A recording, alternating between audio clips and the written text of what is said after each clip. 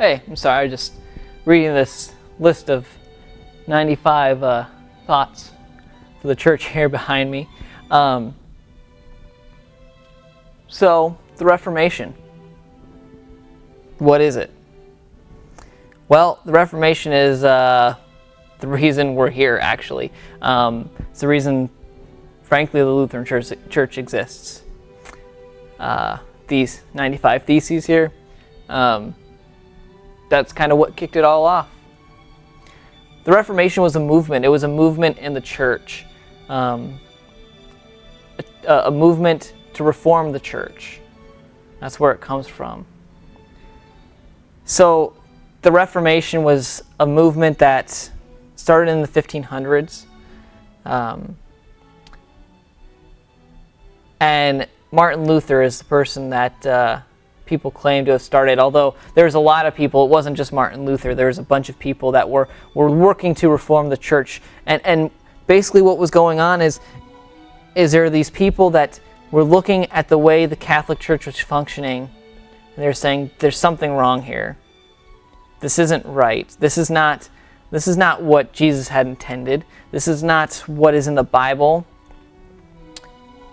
And so they decided they were going to do something about it. And they started talking to people about it. They started asking questions just like you and I ask nowadays. Except people didn't do that back then. Because you see, you got to go into the mindset of that time period. So you have to travel back 500 years ago and get into that mindset. And so you've got this situation where there's one church. There's the Catholic Church. And that's it. And there's the Pope. And there's ways that they do things. They've been doing these things for over 1,000 years at this point. Traditions that they keep intact.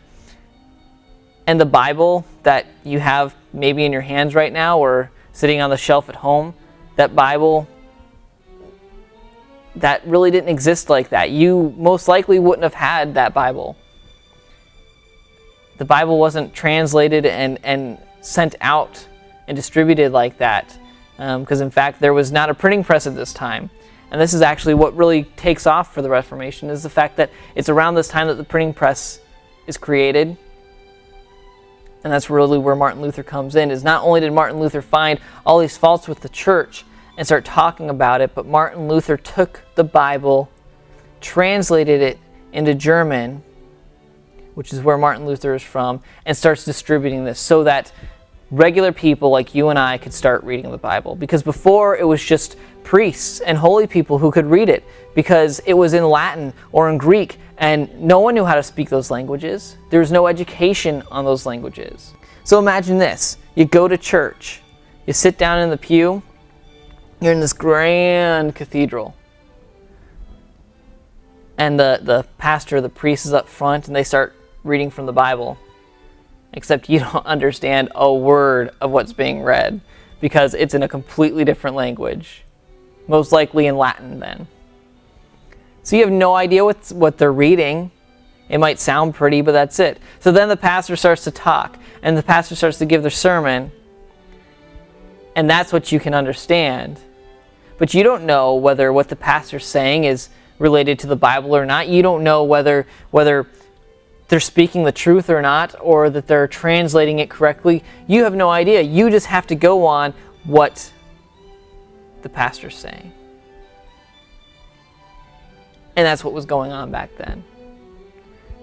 So Martin Luther, he was a monk, a smart man who could read the Bible, and he had studied it. He'd studied the New Testament, and he started thinking that what the church was saying was not accurate. They were selling indulgences, which meant that you were paying money to be saved. You had to give the church money, and you get a piece of paper that would say, you're saved. And Martin Luther would go through the Bible and couldn't find that anywhere in there. So along with that and many, many other things, Martin Luther finally decided to take action, and he posted those 95 theses to that door. The door of the Wittenberg Church, for everyone to see. So it's just like nowadays, if somebody really disagreed with the church and they came to St. Stephen and they took a hammer and nail and started banging it to the church doors there, and then Sunday morning everyone that came through saw all these complaints there. I'm not recommending you do it. But it would be the same thing. Everyone saw it. And not just the people that went to church there. It was the whole town, because the church was the center of the town. Everyone would walk past the church almost every single day, and they would see this list of complaints. And so people started questioning the church. People started questioning what the church was up to and what they were doing. And then Martin Luther was able to translate the Bible and get the Bible into regular people's hands, so that people like you and I could read it. And maybe we couldn't understand it completely, but we could start reading it for ourselves and seeing what was really in there. Martin Luther had no intent in creating a different religion or different denomination. Martin Luther loved the Catholic Church and wanted to continue to be a part of the Catholic Church, but he wanted to see his church change and reform. And that happened. But there was people that decided that it wasn't enough, and so they started their own denomination. And many denominations came out of this. The whole Protestant denominations came out of this: Presbyterian, Methodists, Episcopalians, and Lutherans. What can we learn from that? What today are we missing? What are we forgetting about? Do we need to reform now, or is the church just fine the way it is? Are there things that we don't understand that we need to maybe learn more about? Are there things that we need to talk about and continue to ask questions about to grow not just our church here at St. Stephen, but the larger church?